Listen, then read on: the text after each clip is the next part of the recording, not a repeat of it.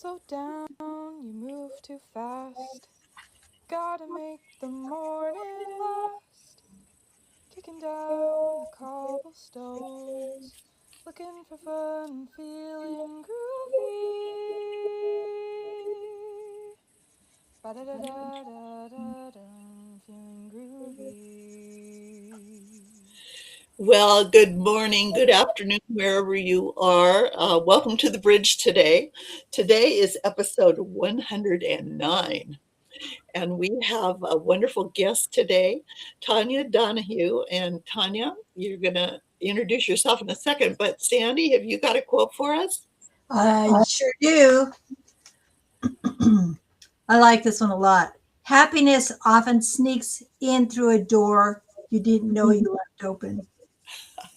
That's by John Barrymore. Okay. And he was a famous actor, right? Right. Yeah, Yeah, granddaughters.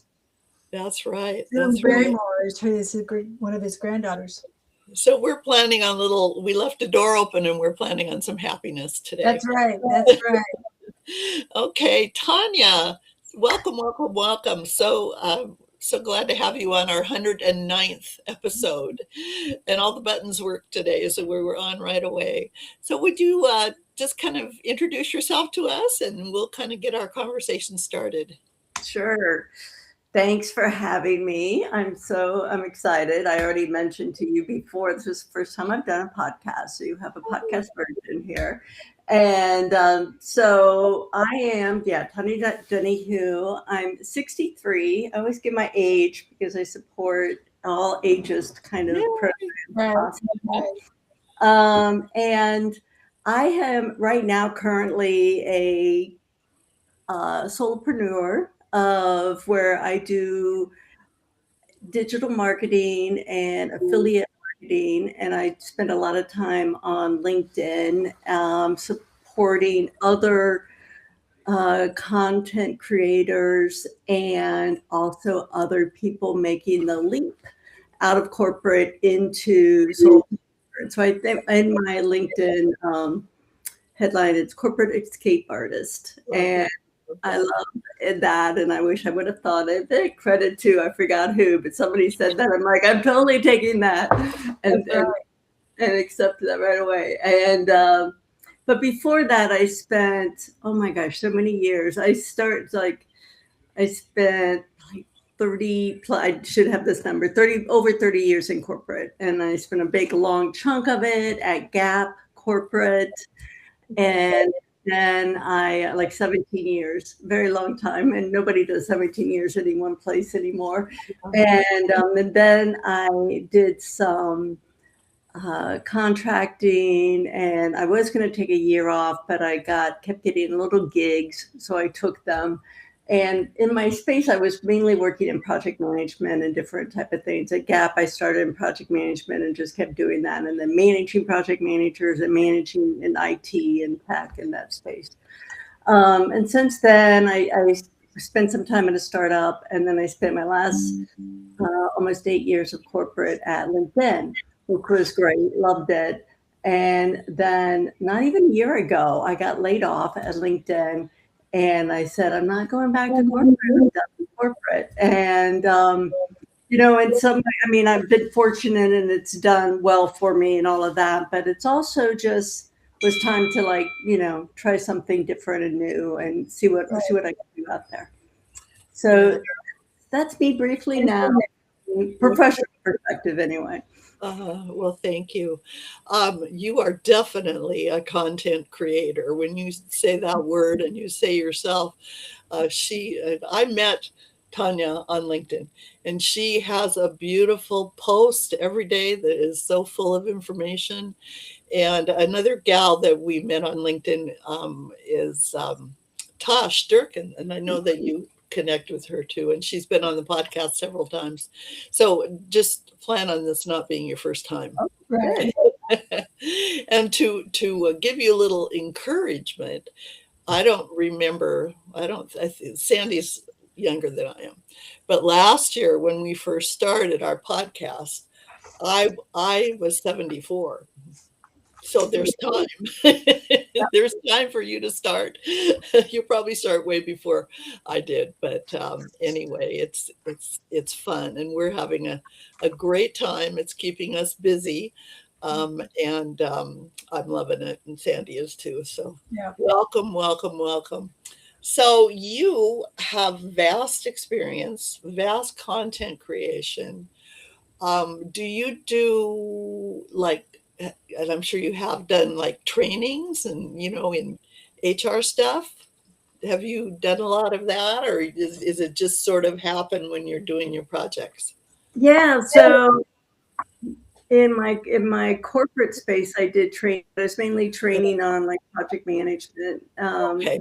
Okay. different various things, and then for at one point I had the training team in my group, and so it was the group that anyway, they were so useful. They were what do I call it? The change management / training group. And I was kind of a hard ass sometimes that thought change management really it's our jobs. Let's just do it. And it was so humbling. This was years ago, humbling to like then take that team. They were given to me, and it was like a half a dozen people. And what I learned from them and what they were able to communicate through their trainings, and they are content creators by Sure. far, and creating all that. Then they would help with work with the documentation team and do that. So my content creating started very technical, or how we were rolling out corporate systems internally, and how to get people to adopt and accept those systems. But you got to make that fun. I mean, we had to like make it interesting, or else, yeah, you just don't. And you have like 5 minutes, and then everybody. If you don't connect, they're glazed. Like, we're out here, whatever. We have our day jobs. We don't. Yeah. So that's where it started, but like what I'm doing at LinkedIn, actually, I mean, I have posted more since I've left LinkedIn in the last less than a year. In the 7 years I was on LinkedIn, I mean, I posted like every now and then. And frankly, a bunch of LinkedIners were kind of bad with that. We like don't use the system as much. And so that has been, I did a thing with Chris Donahue, who is a major content creator on LinkedIn. And I listened to Dora, who is also, I just forgot her last name, great content creator. And I did, listen to some of her stuff. So it's just been learning, which is fun, right? I mean, we get so like Canva, never knew that tool until like less than a year ago, when I started to use it to build my infographics and carousels. And I do use AI, of course. I use ChatGPT and Claude in many ways. So now it's gotten to be the hard part. Now is coming up with ideas. I've done that. How do I make this interesting? How do I make this original? But then once I come up with the idea, it's I start with AI, and I use, and even now in the last couple months, I've really started just using my voice. And so I'll talk through what I want the post to be about. I'm like, okay, we're going to post about this. I want blah, blah, blah, and I'll just like brainstorm. ChatGPT does my first draft. Yeah. And then I'll go, no. But I use a project, so they have a history of my voice, and they have a history of all that, which is huge for working with AI. You have to give it the context, and I gave it my customer, and I gave it all of that stuff. And then we iterate several times. I usually have it do edgier, edgiest, and I say go deeper, go harder, and then I'll all three of them next to each other I have a big screen. I put all three, and I look, and I find the stuff I like, and I'll start doing my own editing on it. And it's the most fun.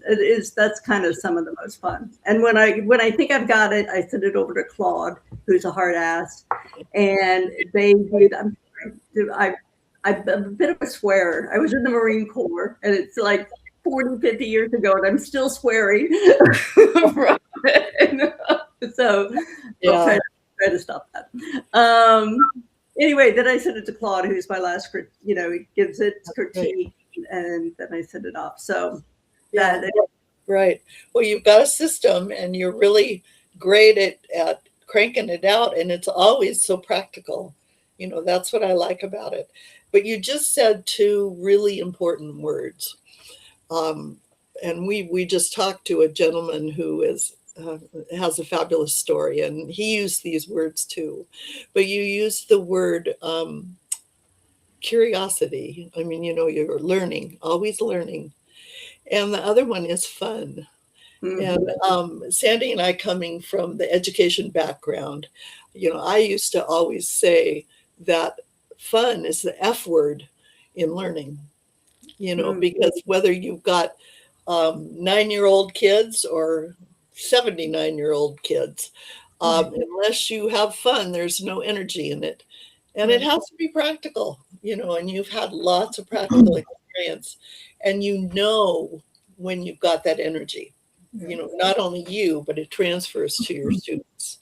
yeah. So I'm almost going to guess that, contrary to popular belief, change management was almost your favorite thing to jump into with teams, or was it a different subject? What was your favorite subject to With teach or teams, work with?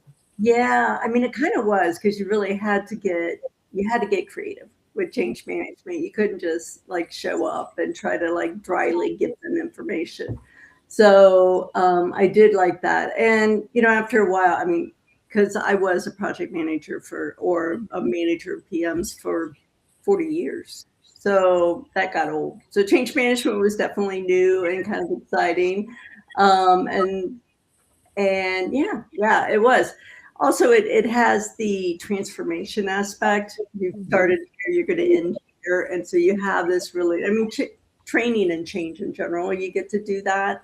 So I like that too. It can be story, whether it's a story or whether you tell their story or your story or whoever's. You have to have that transformation part of it, which makes it more interesting and ideally fun. So. Yeah, yeah. We've worked with, and I didn't even know this was something that people did. I mean, I guess I'm clueless. I was in education, but back in college, besides education, I majored in theater arts. And Mhm. so we've met a lot of improvisation people that do corporate work, and which definitely jumps into the fun piece. And you have to get them involved, and so it really is amazing. I wish I was 20 years younger and I could jump back in and work on the improv stuff, but I guess Yeah. we do enough of that on the podcast. Yeah. Sandy, talk to me about, I mean, when I went into Sandy's work environment, she said, Sue, I want these people to be happy and have fun when they come to work. And Sandy, talk to me a little bit about what you learned about change management Right. when you dove into that lovely work. Well, I think it's very much a cultural thing, Tanya. It has to be something deeper than just a game plan. It needs to be something that holds your heart, because that is where I think the change really happens. And I'm a party girl at heart. I mean, my family gives me a bad time, but if there's a way to find a party in something, I'm going to do it. And I felt very strongly that whatever we were providing, we worked for Head Start and ECAP. So it was like early childhood education, 3, 4, and 5 year olds, low income families. How are we going to be able to be there to support them, not do it for them, but support the families in their trajectory as parents, and then also support the kids and their learning in the classroom. And we wanted people to be able to love coming to work, because that's where you give your best, is if you really feel safe in your environment, if you feel like you're a team player, have a good team that you can trust and respect, and you have a goal, you know the why of what you're doing. That changes everything. And so the way to do that again is being able to wrap it up in something delightful that brings people's heart to the platform. And then it becomes, it's not just my thinking, it's your thinking too. And you've got ownership in it because you are finding delight in what you're doing. Sue really helped us with that a lot because there was, it just wasn't a very healthy work environment when she first came in. And my boss, Ruth, found out about Sue, and we used Sue for 19 years. Well, I was there for 19 years, and I continued to have her on our payroll because, again, sometimes they can hear it from somebody else better than they can their own manager, if that makes sense. So I was the coordinator. And so it's kind of like dad walking in at the end of the day, and mom's been saying the same thing to the kids. Dad comes in and says it once, and people are, oh wow, that's really cool. Or that's new or whatever. So Sue kind of was that component for us, but we saw some really good changes. We ended up having a culture of kids of hope so that we were helping people. When people lose hope, then the joy of life is gone, right? If you don't think there's something bigger than yourself. And we saw some wonderful stories happen. We had lots of really great families who came in and volunteered and helped with the events we were doing for our whole school. We saw wonderful stories about our kids being successful because of the way the environment was set up, the creativity of the staff, the working together and having a really quality program. And I tell you what, boy, when you're doing that, that gives you your energy to keep going forward because then you see the fruit of your labor. Yeah.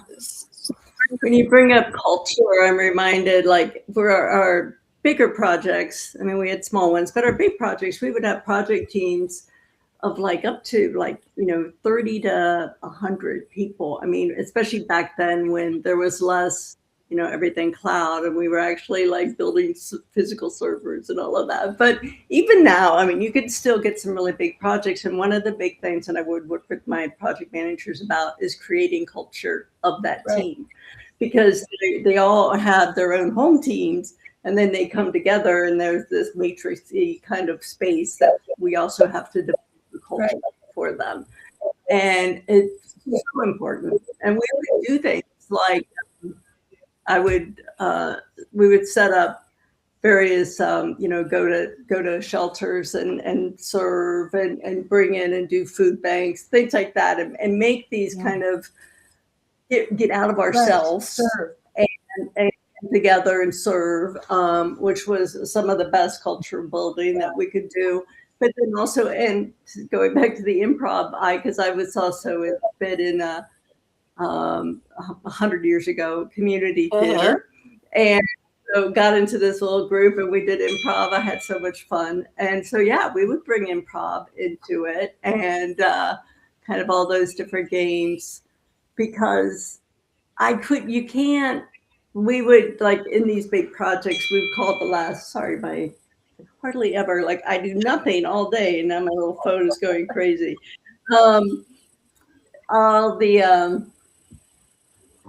In the last month, we would call the last month of a project the Death March. Yeah, right. Because you're down to the finish line. To get through that Death March, you have to have a culture that's ready to, stand and march and keep showing up that last month. So it was always really important to build that up. And we bring all the tricks to get out to be able to do that. And before, so in tech and Silicon everywhere now, free food everywhere, but it used to be food. We used to like bring the food, and once there was free food everywhere, we had to like get people around different, bringing the culture in and supporting the team. But yeah. Culture, well, we see a lot on LinkedIn. You see a lot about people talking about the toxic culture, and we have to, and Tonya, I have seen, we had issues with in the last few years. Well, we had COVID that we were dealing with the last couple of years that I was there, which in itself caused challenges. But you only need to have one or two toxic people that can turn the whole program around. And I saw that in my last couple of years. And I was just like, I couldn't believe it. We'd worked so hard on culture but you only need somebody, one person to stir the pot. And I tried to hold them accountable, but I didn't have the support I needed, from HR. And yeah, I was baffled to watch how it turned, turn the whole spirit around in the program.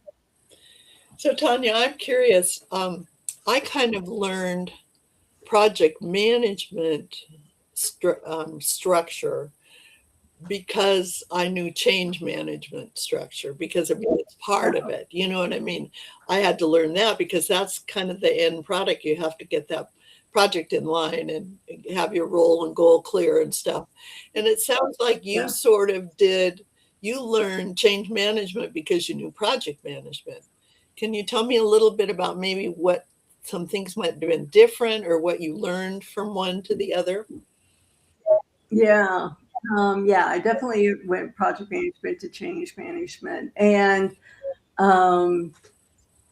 project management is really about although, now in hindsight, of course, always would bring in change management from the beginning, right? 100%.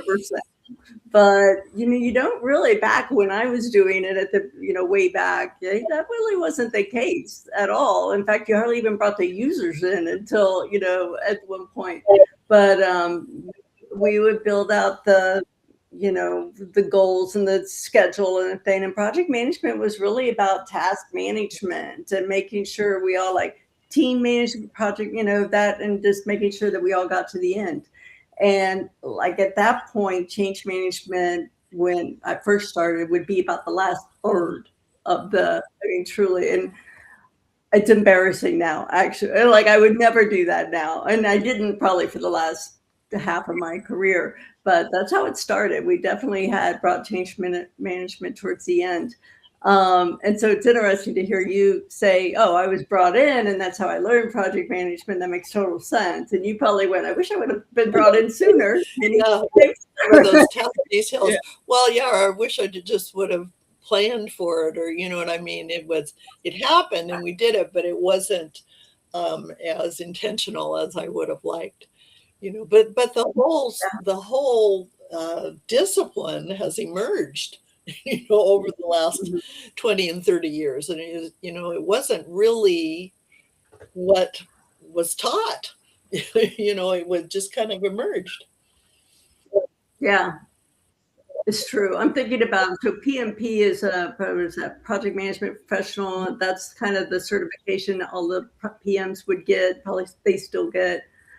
And there is not really a huge amount of change management. And even that is you go and take it, well, now it's online probably, but take a test for 3 hours and you study for, cram for a week and take this test. And it's resource management. They kind of talk about that, but it's more about getting people to get the work done and getting the goal. It's really not so much about building the culture so people accept with the end goal and all of that stuff. There's none of that. There wasn't. Not in theory. It's what happened if you did it right. But it wasn't theory. I mean, I was a principal for years. Before that, I was a teacher. And when I got into change management, I already left my principalship. And I learned about role and goal clarity. And I remember sort of reading about it, about the the iceberg theory underneath the waterline type of thing. But I mean, I hit my head and said, wow, I could have had a V8 had I been able to talk to teachers about role and goal clarity, because we weren't clear. It was just amazing. I want to push a little bit into your entrepreneurial or your solopreneur part, because I'm hunching, even though you were in corporate and you were a corporate escape artist. I love that. But I have a hunch you've been entrepreneurial forever. Can you talk to me about when you were a kid and what were some of those leadership traits that have made you so successful in what you're doing? Yeah. Was I? I had the lemonade stand. I made pot holders and sold those. Right. There she do something. was. There she was. Yeah. But that's funny though, because I really don't think I think of myself as a salary, or not, well, actually a salary, but I mean, I grew up in a rural area, very small town, farmers, all of that. But both my parents were work and farmers. And so we always had jobs. Like I had a job, but I was Arby's at 15.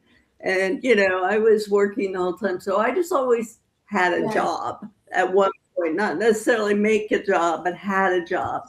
So it was, but did I always not, sometimes I would do things on the side, like not even wanting to make money, but wanting to learn.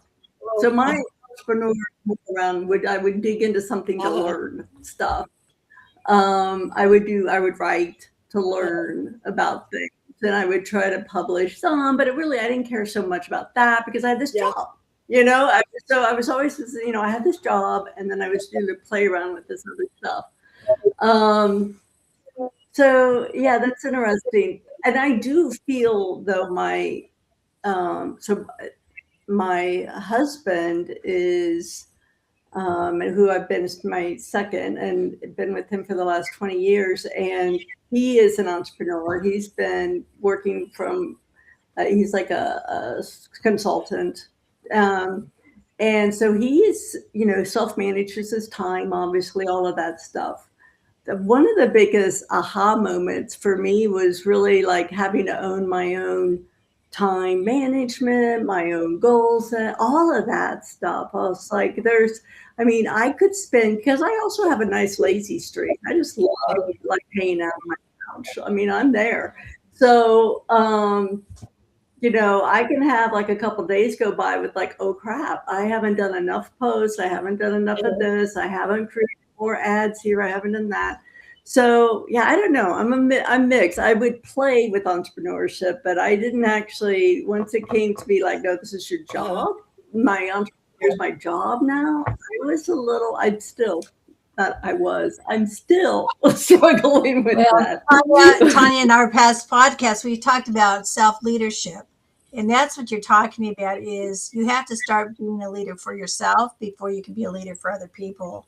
And you went through the process of that, even as a little kid. Well, I heard because of your background, you had instilled in you, or it just was in you, a strong work ethic. You know what I mean? Oh yeah, very but you had that drive. I don't know whether or not it's innate or it's learned, but it's there or it's not there. And the other piece, then learning, love to learn, curiosity and loving to learn. And the third one is that kind of the community building, the fact that you network, and I'm thinking you must be a natural networker to. No, I'm totally got you fooled there. I am an extreme introvert. Extreme. But your content drives networking because you're getting comments, you're writing things that people are responding to. And if you need to talk to somebody, you can find someone to talk to. Introverts are highly intelligent, a lot driven, and they just don't get their energy from being around people. They get their energy from being alone. So, I don't disqualify people from being networkers just because they're a good excuse, though. I'll write that down as your excuse. Well, and I would say that I remember reading an article years ago about we can be both introvert and extrovert depending on the situation. So I'm betting, Tonya, that you show up as an extrovert when you need to. I do, because so leading teams, you have to get up in front of groups, you have to do that. And, for work, I do it. And then I got into theater because I needed to, I was super shy. So I wasn't like even, I was so shy as a little kid. I didn't learn how to speak very well and had to go to speech therapy to practice speaking. So I'm not, and it's one of the things my husband actually, like after we were going out for a couple of months, he's like, "You really don't talk a lot." I'm like, "Well, I don't. No, you're right." So my default is not doing that, but I have, because it's fun, it's learning, and it's good for me as an introvert to put myself in positions where I did the community theater and did that improv and created this community. So you're right, there is that networking there. Then I also so I lived in San Francisco before I moved back I grew up in Illinois and I just moved back like 6 years ago, 5 years during COVID. But before then I was living in San Francisco for about 20 years. And I just lost what I was going. Oh, and I was a volunteer docent, city guide, a volunteer tour guide in San Francisco, because it got me out there like once or twice a month. I would have a group of 12 or so people that I would walk around the city and talk and give them this spiel. And it was just good for me. It was just this good, like, I have to get out there and put myself out there. So I purposely put myself out there. And true, if you look at networking, I mean, you broaden it for me, because I think of it as that, cocktail party going around or whatever, that kind of like you're reaching out to different people and stuff. But I do have a nice network on LinkedIn. I do have another couple circles that I am, and it's all, I mean, I'm sorry, I hated COVID, but it was actually for an introvert, like being able to stay within your little space and being able to network like this with your fingers. That was free. Yeah, So, you just gave me because something came to me while you were talking about networking and reaching out, is the difference between, I mean, because you have a really strong presence and a really strong voice, even if it isn't your verbal voice. You know what I mean? And that goes before you. I mean, because it's just very obvious on LinkedIn that you have a really strong voice. People listen to you, and you are doing it through your content creation. I think I might have to write an article about this. I'm really intrigued. I mean, really, because there's a difference. You can be a high introvert and have a strong, influential voice, and you must feel fine with that presence. Yeah, so that's really interesting. Yeah, comfortable with that. Yeah, me too. It's amazing because you have a really strong presence. It is, I mean, just to nerd out and get to the tools, though, I think that, so when I started, when I started on LinkedIn, my first post, I was getting like 100 impressions. I mean, nothing. So it really has taken off. And it was, I said a couple months, it's been almost 6 months ago since I started, not 100%, but I started using my voice rather than this. In building my first draft, building my, and I do think it actually has helped in bringing my voice into it rather than connecting. The connections are there and they're getting strengthened. Yeah. That's interesting. Yeah. I really like that. The fact that you're have you written a book? Well, I actually, so one of my first side hustles was about 4 years ago. When was, I don't know. I wrote some romance novels. Four romance novels. And I actually, and this was before AI, so I wrote a lot of it myself. It wasn't before AI. It was before AI got decent in what it was. It was so bad. I used AI a little bit back then, and it was just ridiculous. And AI writing sex scenes was horrible. It was just crazy. Me writing sex scenes was not good. And I actually, after a while, so these were not super steamy, but you have to have Yeah. like, it was, whatever, romance novels. And I chose, because I like to write, and I chose romance novels because I did some research, and that is like 80% of what sells Sure. on Amazon. It is crazy how huge that market is. So I'm like, why am I going to pigeonhole myself? Let's just go. Let's just go for the big one. But then I really realized also that I actually don't read romance novels anymore. I had to like force myself to read some, and some of the more contemporary ones, and I don't. And I read like cozy mysteries, and I read gay romance now more than het romance, and just for fun, Sure. just fun. And I read other stuff, but I read a lot of fiction, but I don't read much contemporary romance. So, but it was really, I forgot why I brought this up. You asked me a question, and you Well, I asked asked you if about, you'd written a book. oh, yeah. So, yes, I've written 4. Is there a formula to romance novels? Yeah, well, there is definitely. There's a lot of different formulas, but there's definitely a formula to it. And like the first, you have to have, you got to have the meet cute where you meet him right away, and then you have to have something pretty sexy in the first 25% of the book, and then it has to happen this often, and then you have to have it. You have to have characters transform. And I liked always throwing in secondary characters to transform as well. I always thought that made it interesting, so I always tried to do that. Yeah, there's a ton. I mean, I got this is the learning part. I really got into learning how to write for the romance.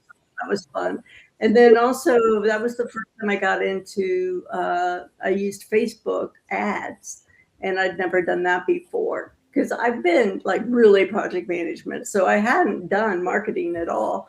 So that was my first thing into marketing and getting into like how do you track your build your ads and track your effectiveness of that. So which was really cool.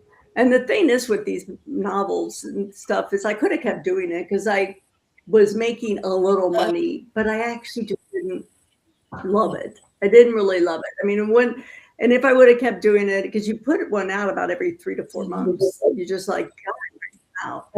And I just couldn't see myself doing that. But I've thought about now writing some nonfiction, but because that would be kind of interesting too to try to get some of those out. And I have a couple friends on LinkedIn that have like put out some quick nonfiction books, and some that have put out little mini ones. The mini nonfiction books are big now, where they put them out and they're 30 pages, something like that. So I'm playing with that idea as well. Yeah, well, I see an avid learner that learns for a while, and then if she gets tired of it, she goes on to something else, which is cool. Oh, yeah, totally. I mean, it's cool, but it can be kind of like the structure of it. Yeah. Well, I'm finding what we're doing very, very satisfying. And I never would have believed it. And I've tried several times to write some nonfiction. And, I want to teach my tools. I don't want to have to write them down. Sandy makes me, we do little mini things, and she'll bring up an example of either something we've been through, and then I'll teach a strategy using that story. And I don't even remember the stories till she tells me about them. So, I think I'm just a teacher at heart. I don't know what it is, but. Well, I think what you're saying, Tonya, is that it's not a redefinition of yourself, it's a layering of yourself. I think it's like you don't lose what you've done before. You just add another layer to your learning trajectory. And how cool is that? That just makes us more seasoned. Yeah. And it's like a good wine, it has to take a while. It takes a while. Yeah. The structure, I'm sure, was part of what, that there was a method to it. I'm sure that kind of attracted you, and just exploring something new. I mean, it's part of, and think of all the wonderful brain development that's happening. Yeah. All these new things. You're just creating all those new little tunnels in your brain. So, what is one or two? I'll give you at least two. pieces of advice that you would have for somebody who is ready to escape the job? Yeah. Yeah. So the boring one is save some money so you have a little runway. That's boring. It's a necessity, right? Yeah, yeah. Everyone have that. Have some. I met somebody really early in my career, and she was not. She was more senior, and she called it her FU fund. You know, right? And so Yeah, take this job and shove it. Yep. right. I always have at least 3 months, but it's better to have 6 months of an FU fund. So, definitely that. And that just gives you that freedom to learn why you're doing it. And then I guess the other, so that's, yes, that. What advice? It is the, don't be afraid to fail. Like, really learn so much from failing, and so just get out there and fail often, fail fast, fail whatever, fail publicly. I mean, how bad can it be, right? Yeah. It's not going to be that bad. Yeah. And so I would definitely just get really comfortable and happy and actually almost proud of your failures, just like that meant that's because it's really learning. Flipped it, it's learning. It is. And then the other thing is also to just embrace your tools. You guys hopped on your podcast and said, I'm going to do this. I'm going to figure this out.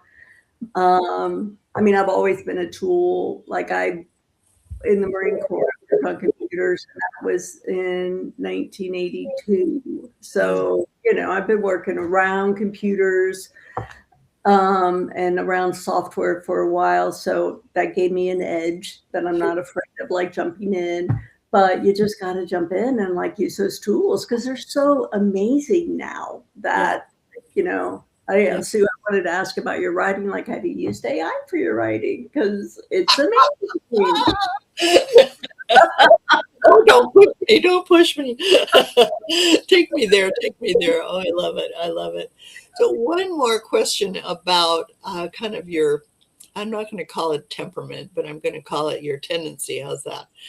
I'm going to use myself for an example. 20 years ago, when I first started coaching and consulting, I would have a hunch, but I would be sort of reticent to say it.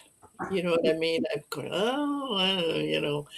but I'm getting much more bold or much bolder. I don't know the way to say it, but I'm better at, if I've got a hunch, I just say it.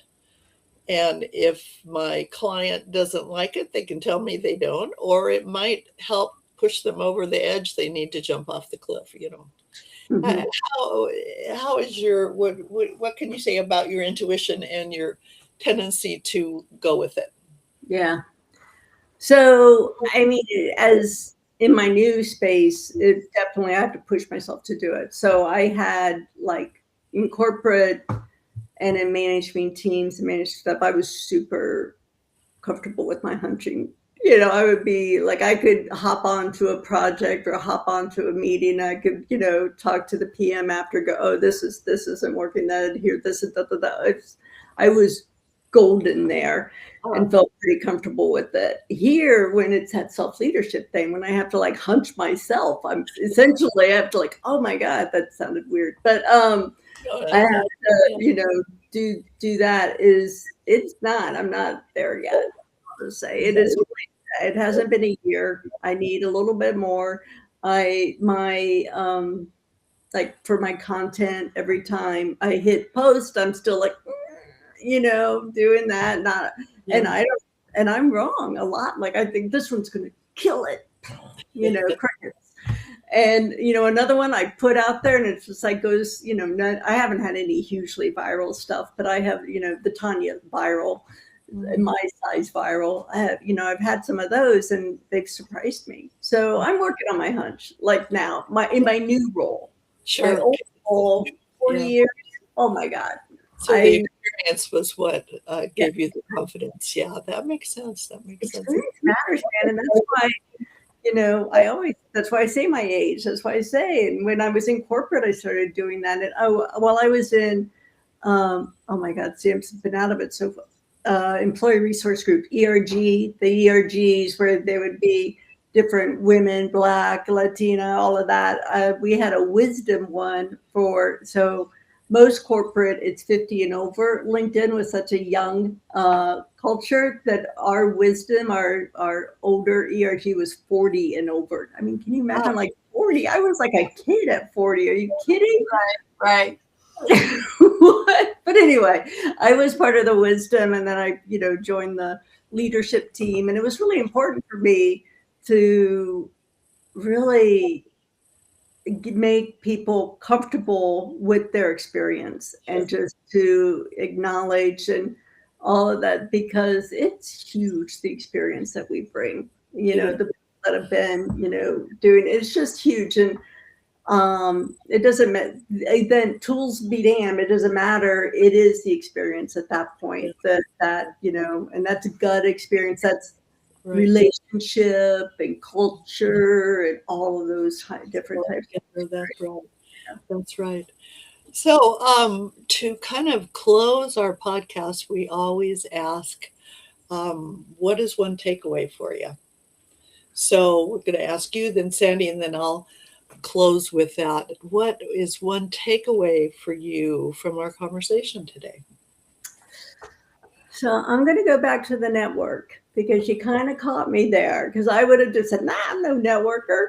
And then you actually kind of pointed out ways that I am. And then I'm going like, you know what, I can poke at that a little bit more, because I get so much out of just like this conversation, right? I just love this conversation. So I'm poking at my network, but both me kind of being a little too comfortable being the solopreneur and all of that stuff. I need to play at that and realize that I need to be that.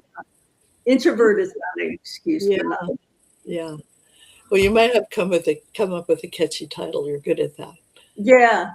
And I'm going to ask ChatGPT to help me. Okay. Well, that's good. You and your big, strong presence voice. Sandy, what do you take it away? I love the fact that Tonya is advertising the fact that she's 63 and that she has this experience to share because of the amount of time she's been here on Earth. And I think a lot of times, especially women, they kind of shy away from that. They don't want people to know. And like I said earlier, it's like fine wine. The more seasoned you are, the longer it takes, the more valuable you are to those around you if you're willing to share that wisdom and that ability and knowledge. So I think that's very cool. Good job, Tonya. Not to be afraid of it. That's right. Well, we're here are living proof that, the wise women, and you're. That's right. I'm taking away a wonderful podcast guest. Thank you so much for joining us. And you are just rich with being a learner in every second. And I'm just so proud of the fact that you're a solopreneur and a corporate escape artist. We could go there with improv, couldn't we? We could do all the escaping. I can see a little picture. And so I'm just thrilled. I mean, we gain so much from these podcasts, and we want to for sure invite you back again. And and if you ever want to start a podcast, we'll come on. We'll be on for you. Yeah. So we're going to kind of sign off, and we want you to hang on just for a minute, though, because we do a little process debrief on the other side. So, okay. Thank you all for being with us on the bridge today. Everyone. Have a good one. Bye-bye. Bye.